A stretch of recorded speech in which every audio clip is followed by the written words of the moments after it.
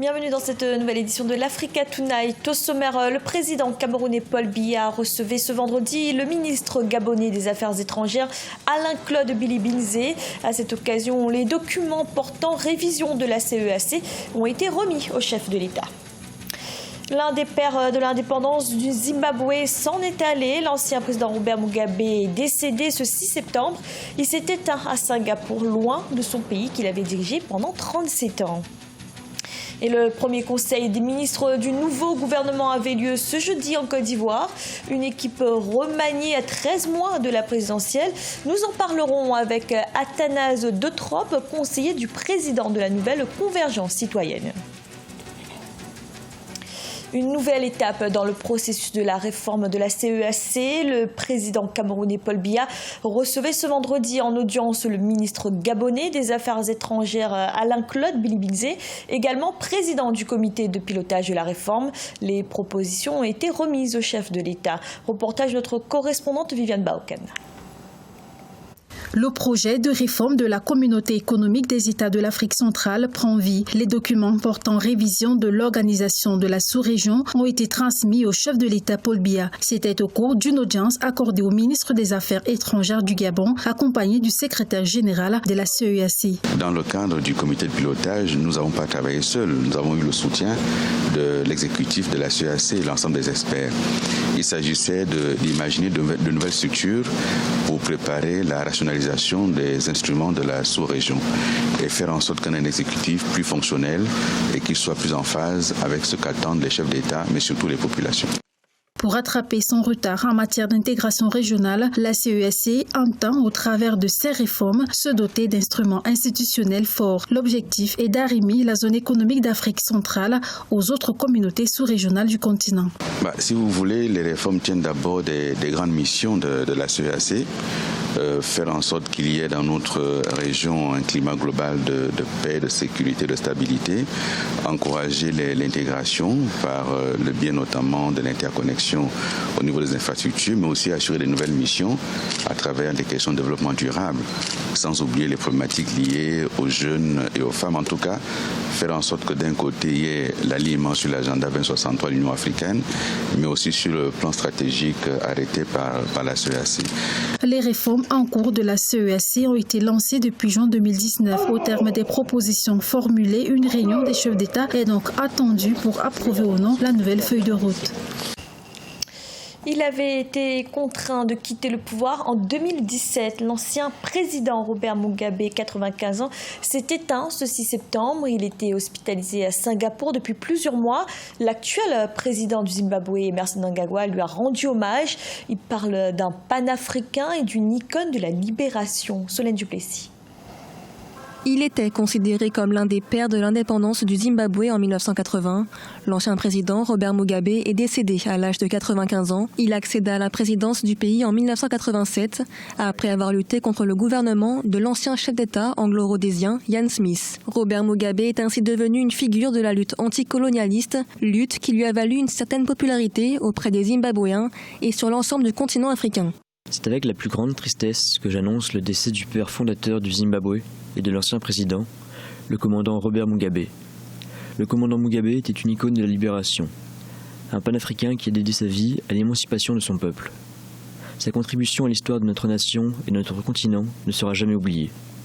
Que son âme repose en paix.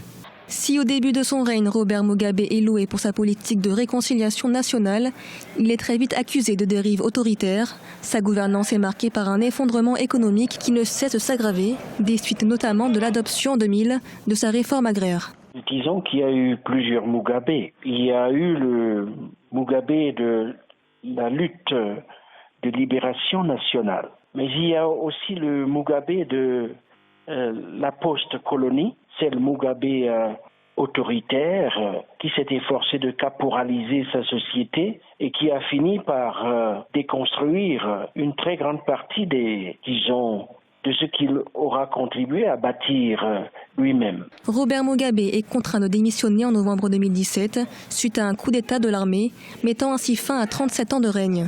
Il est remplacé par son ancien vice-président Emmerson Mnangagwa, laissant derrière lui un pays ravagé par une crise économique sans précédent. En Côte d'Ivoire, les ministres du gouvernement remanié ont fait leur rentrée ce jeudi. 41 ministres et 7 secrétaires d'État. Une équipe avec le retour remarqué d'anciens ministres. Et ce, à 13 mois de l'élection présidentielle de 2020. Reportage de notre correspondant Olivier Conin. La Côte d'Ivoire a un nouveau gouvernement. Le président Alassane Ouattara a signé mercredi 4 septembre 2019 le décret de nomination des membres de la nouvelle équipe du Premier ministre Amadou Gon Coulibaly.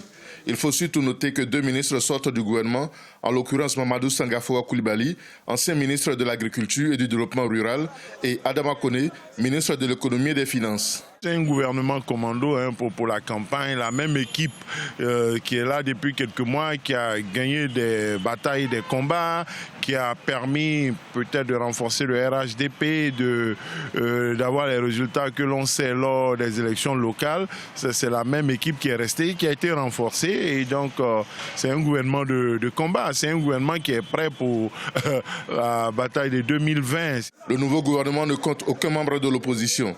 Cette dernière estime donc que le chef de l'État a fait essentiellement le choix de ses partisans du rassemblement des oufouettistes pour la démocratie et la paix dans la perspective de l'élection présidentielle de 2020. C'est un gouvernement plus pour offrir des postes à des cadres qu'on veut mobiliser pour la campagne électorale 2020 que pour servir les intérêts de la Côte d'Ivoire et résoudre les problèmes de l'école, de la santé, des infrastructures, etc.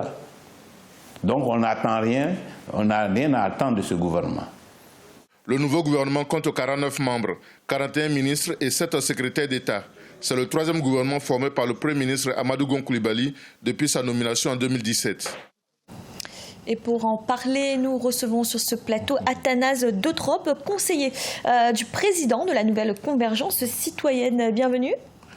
Bonsoir madame. Merci d'avoir accepté notre invitation. Athanase Deutrop, on l'a vu, ce gouvernement remanié intervient à un peu plus d'1 an de la présidentielle en Côte d'Ivoire. Oui. Certains y voient un gouvernement de campagne. Est-ce que vous êtes d'accord? Moi, je suis d'accord avec M.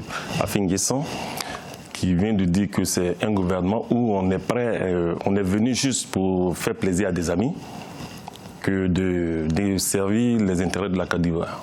Je suis pleinement d'accord avec M. Afin Guesson. Alors, vous dites que vous êtes d'accord avec M. Pascal Afin Guesson. D'ailleurs, on le voit, en Côte d'Ivoire, les alliances se dessinent à l'approche de la présidentielle dans un paysage politique comme ça, en pleine mutation. Où se positionne la nouvelle Convergence citoyenne? Effectivement, quand on pense aux alliances, c'est que déjà on n'a rien à proposer au peuple. Et on veut quand on fait des alliances, vous avez compris, ça fait que très souvent après les élections, il y a d'autres problèmes, il y a certaines personnes qui ne sont pas satisfaites après des alliances. Quand ils passent, par exemple, quand leur coalition est passée, après ça crée d'autres problèmes. Ceux qui n'ont rien à proposer au peuple. Alors, nous ne sommes pas dedans, nous venons tout seuls. Alors, pour apprendre un peu plus sur votre positionnement, oui. Vous parlez de problèmes. Il y a un sujet qui agite particulièrement l'actualité politique en Côte d'Ivoire. C'est la commission électorale indépendante, un organe dont l'opposition continue de contester la composition. Thomas Noba, le président de la nouvelle Convergence citoyenne, s'est prononcé pour la neutralité de la CEI. Quelle pourrait être la nouvelle formule de la CEI?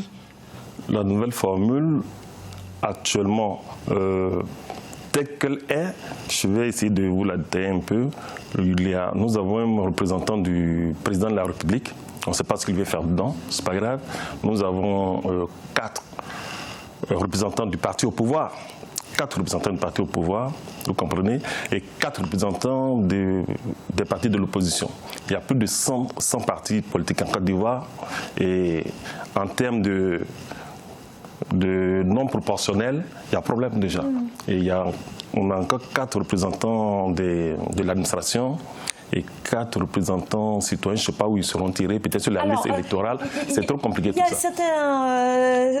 Il y a Pascal Afin Guesson, justement, qui fait une proposition par rapport à la composition de cette CEI. Oui. Il dit un président qui serait issu de la société civile et un vice-président issu de l'opposition. C'est une proposition qui vous convient ? qui pourrait peut-être me convenir si les désignations se passent de façon saine. Alors, votre parti organise le 7 septembre un rassemblement à Paris, donc la nouvelle convergence citoyenne avec à sa tête Thomas Noba. Quel est l'objectif de ce rassemblement? Ce rassemblement, en fait, c'est pour présenter ce nouveau parti à toute la diaspora qui vit et en France, en Italie, un peu partout en Europe, aux États-Unis, en Amérique du Sud, en Australie, partout dans le monde entier. Alors, pour présenter quoi? Pour présenter le parti, la politique, les ambitions de Thomas Noba? Absolument, absolument. Absolument. Alors, un dernier mot peut-être sur Thomas Noba, parce que pour en savoir un petit peu plus sur lui, parce que c'est l'objectif de votre passage. Il se dit en rupture avec la politique actuelle. Oui. Pourtant, sous le président Alassane Ouattara, la Côte d'Ivoire affiche aujourd'hui de belles perspectives de croissance. C'est un des pays d'Afrique de l'Ouest qui attire le plus d'investissements étrangers. Il y a quand même un bilan économique qui est là. Oui. Un pays se construit. Un pays se construit. Peut-être que ceux qui sont là, nous aimerions bien leur dire merci et nous allons faire la politique autrement et faire mieux. Nous pouvons faire mieux. Athanase De Trop, merci d'avoir répondu à nos questions. C'est moi qui vous remercie. C'était le journal de la rédaction. Merci de l'avoir suivi. Retrouvez dans un instant une nouvelle édition de l'information.